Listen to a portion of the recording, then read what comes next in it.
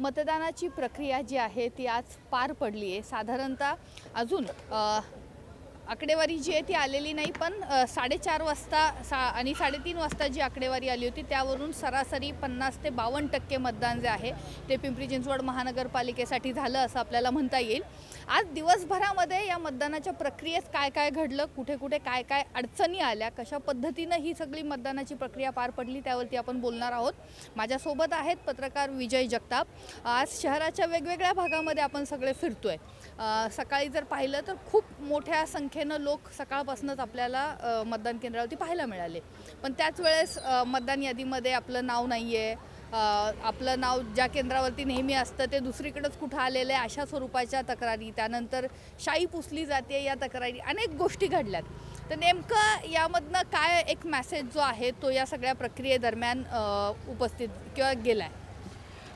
सगळ्यात महत्त्वाचं म्हणजे तरुणाई वगळता इतरांमध्ये निरुत्साह होता मतदान संपूर्ण दिवसभराची जी घडामोड आपण पाहिली। म्हणजे प्रत्येक बूथ आणि मतदान केंद्रावरती जो काही जोश किंवा जी काही गर्दी असायची ती तरुणांची दिसली।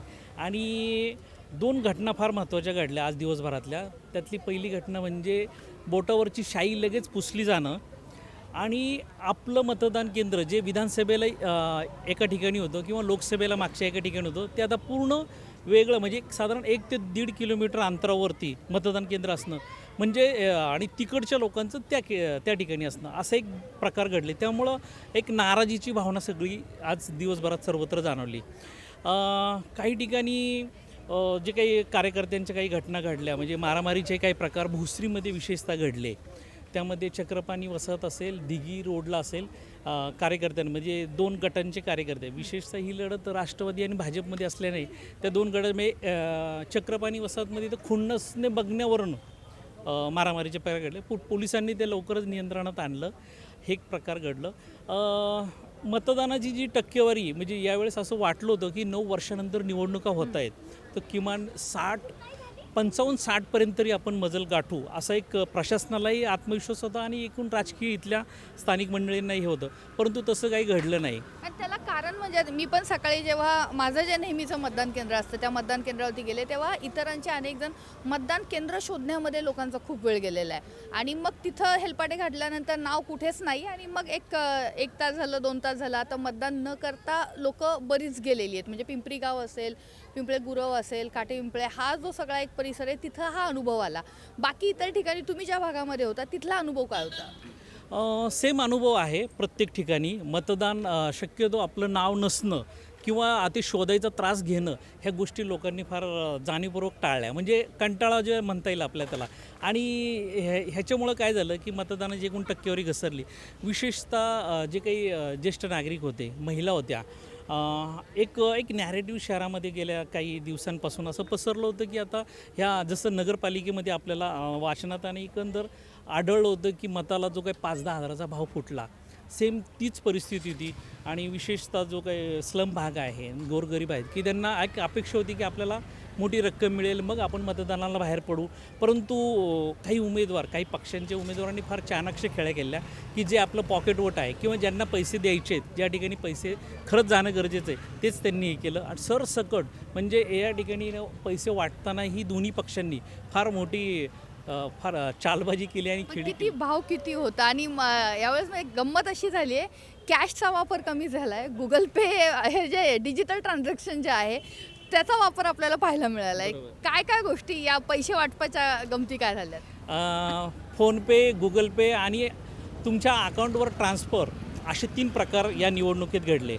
आणि पोलिसांनी ह्यावेळेस जरा म्हणजे कॅश बाळगणे किंवा वाहतूक करणे ह्याला थोडीशी एक भीतीचं सावट देखील होतं। मग त्यासाठी मग उमेदवारांनी आणि त्यांच्या कार्यकर्त्यांनी हे पर्याय आखले की मग जेणेकरून उमेदवारांनी त्यांच्या जे काही मतदारांना पैसे द्यायचे त्यांच्याकडनं त्यांचे गुगल पे नंबर घेणे, फोनपे नंबर घेणे आणि रक्कम ट्रान्सफर करणे हे प्रकार घडले। परंतु पैसे वाटप संपूर्ण शहरात 100% झाले। आता मतदानाचा जो भाव फुटला होता तर एक प्रमाण असं होतं की भाजपने सर्वाधिक मतदानाला पैसे दिले, म्हणजे 5,000 रुपये एका मताला भाजपचा भाव होता, तर राष्ट्रवादीने 2 आणि 3 या खेळात उमेदवार होते, मग एक जणाचे 5,000 का 4 जणांचे एक जणाचे 5,000 म्हणजे म्हणजे एका 20,000 रुपये एक जणाला झाले. एका कुटुंबात जर 4 असतील तर 20,000 रुपये घरात मिळाले.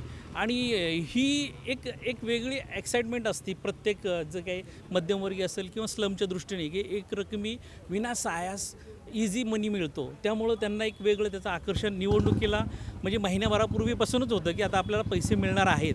मग आपण आपले काय जे काही प्लॅनिंग असतात ते त्यांनी केलेले होते. पण ही एक खूप मोठी शोकांतिका आहे. अशा पद्धतीनं मतदान होणं ही एक खूप मोठी शोकांतिका आहे.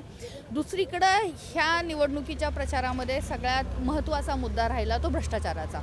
अजित पवारांनी थेट आरोप केले, पुरावे दिले. भाजपला मात्र हे काही उत्तरं त्याची किंवा स्पष्टीकरण जे आहे ते देता आलं नाही, म्हणून मग ती एकेरीवरती आली.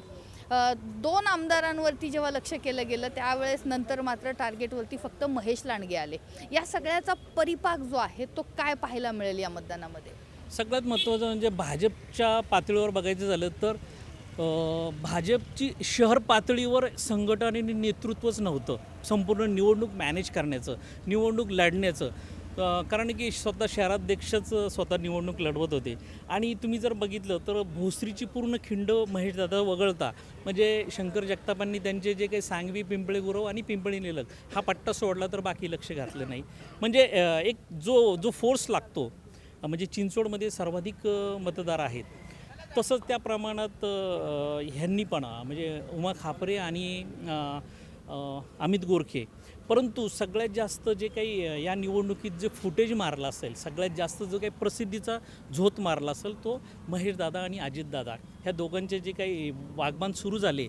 आणि महेशदादांनी जे काही एकेरी भाषा वापरून म्हणजे जे काही आव्हान दिलं ते एक शहरात असं जाणवलं की ते जे काही महेशदादांचे जे काही बोलणं आहे ते बऱ्याच जणांना पसंत पडलं नसल्याचंही चित्र होतं.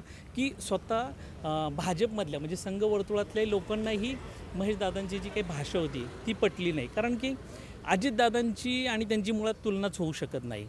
आणि एक उपमुख्यमंत्री दर्जाचा आणि जे परवा जे काही देवेंद्र फडणवीस साहेबांनी जे काही पुण्यात स्टेटमेंट केलं की महायुतीचा जो धर्म होता की एकमेकांवर टीका करायची नाही, परंतु अजितदादांनी तो पाळला नाही असं म्हणलं. परंतु जर निरीक्षण केलं तर अजितदादांनी भाजपचं वर एक शब्दही काढलेला नाही, भाजपवर चकार शब्दही काढले नाही. त्यांचं फक्त रोग जो होता आका अर्थात महेश लांडगे यांच्या जे काही कारभार होतं, त्यांची जी काही आजपर्यंतच्या कामकाजाची कुंडली होती, जी काही प्रकरणं होती मागची, ती सगळी उकरून दादांनी इतक्या जोशात अगदी शेवटच्या क्षणापर्यंत ती प्रेझेंट केली. पण मग आता त्याचा परिणाम ह्या मतदानावरती झाला असं वाटतंय? त्याचा परिणाम 10 ते 12% मतदानावरती झालेला आहे. कारण की भाजप भ्रष्टाचारी होता का किंवा भाजपने भ्रष्टाचार केला का, ही जी प्रकरणं अजितदादांनी सातत्याने गेले 17 दिवस जी लावून धरली, मग पत्रकार परिषदा असतील किंवा त्यांच्या प्रत्येक सभेमधनं लावून धरली, त्याचं परिणाम एक नॅरेटिव्ह असं पसरलं की अरे हे असं घडलं का, म्हणजे कुत्र्यांच्या नसबंदीमध्ये असं झालं का, म्हणजे हे 7 कोटीचा पूल 70 लाखाचा पूल 7 कोटीवर गेला. WTE तो सगळा पर्यावरण आणि एकूणच वृक्षगणना ह्या सगळ्या बाबतीत एक असं पसरलं गेलं की अरे नाही हे काहीतरी खरं. आणि मग जर असे आरोप होत आहेत तर मग भाजप त्याला उत्तर का देत नाही, कुणीच का उत्तर देत नाही. आणि सगळ्यात गमतीचा भाग म्हणजे एकटा महेशदादा अजितदादांना जेव्हा कॉर्नर करत होते तेव्हा भाजपचे कुठलाच नेता या शहरातला महेशदादांच्या सपोर्टला आलेला नाही. म्हणजे जे एक रेस्क्यू करायचं असतं एखादा आपला कार्यकर्ता किंवा उमेदवार आपला आहे तर त्याला तर तसं काही झालं नाही. म्हणजे ते सगळे सावध पवित्रत होते. म्हणजे सगळं जर संपूर्ण महाराष्ट्रात ही निवडणूक पिंपरी चिंचवडची गाजण्याचं कारण म्हणजे महेशदादा आणि अजित पण मग आता उद्या दुपारी 12 नंतर जे चित्र स्पष्ट होईल ते कसं असेल? आणखी राष्ट्रवादीच्या कार्यकर्त्यांमध्ये अजितदादांमुळे जोश आलेला आहे. ते काय फ्रंट फूटवरती नव्हते, दादा एकटेच पुढे होते, तेच सगळं काही झेलत होते. याचा परिपाक उद्या आपल्याला 12 नंतर दिसेल का? ह्याचा परिपाक 12 नंतर नक्की दिसणार. कारण काय माहिती आहे का, 1.5 महिन्यांपूर्वी जेव्हा 17 नगरसेवकांचा माजी नगरसेवकांचा भाजपमध्ये प्रवेश झाला, त्यानंतर 2-3 दिवसांनी मला वाटतं राहुल कलाटेंचा प्रवेश झाला. एक इतका आत्मविश्वासाने एवढं प्रबळ खात्री झाली भाजपला की आता आम्ही 125 पार, म्हणजे अगोदर ते 100 पार म्हणत होते, नंतर 125 पार म्हणण्याची मजल शंकर जगताप आणि मंडळींची गेली. परंतु जसं अजितदादांनी हे कव्हर करायला सुरुवात केली त्यानंतर आत्ता परिस्थिती अशी झाली की म्हणजे 4 दिवसापूर्वी 80-90 तरी भाजप येईल, आता तर अशी परिस्थिती आहे, म्हणजे आजचं मतदान आणि आजचं एकंदर वातावरण बघता की ही दोघं टाय होऊ शकते, म्हणजे सत्तेच्या काठापर्यंत दोन्ही पक्ष पोचू शकतात, इथपर्यंत अजितदादांनी ते वातावरण कव्हर केलं आहे. खरं आहे की सत्तेच्या काठापर्यंत दोन्ही पक्ष जे आहेत ते पोहोचू शकतात. उद्या चित्र स्पष्ट होईल, परंतु या सगळ्या प्रचारादरम्यान आणि आज या मतदानाच्या दिवशी ज्या काही गोष्टी घडलेल्या आहेत त्यातनं नेमकं ज्या नवीन गोष्टी आहेत की ही सगळी ही निवडणूक प्रक्रिया जी आहे ती नक्की विश्वासार्ह राहिली आहे की नाही, हा सुद्धा एक महत्त्वाचा विषय जो आहे तो इथं समोर आलेला आहे. उद्या 12 नंतर चित्र बऱ्यापैकी स्पष्ट होईल आणि एकूणच लोकशाही जिवंत आहे का नाही हा जो प्रश्न या दरम्यान सगळ्यांनाच पडला आहे त्याचं उत्तरही आपल्याला मिळेल. अश्विनी सातवडोके, आसपास.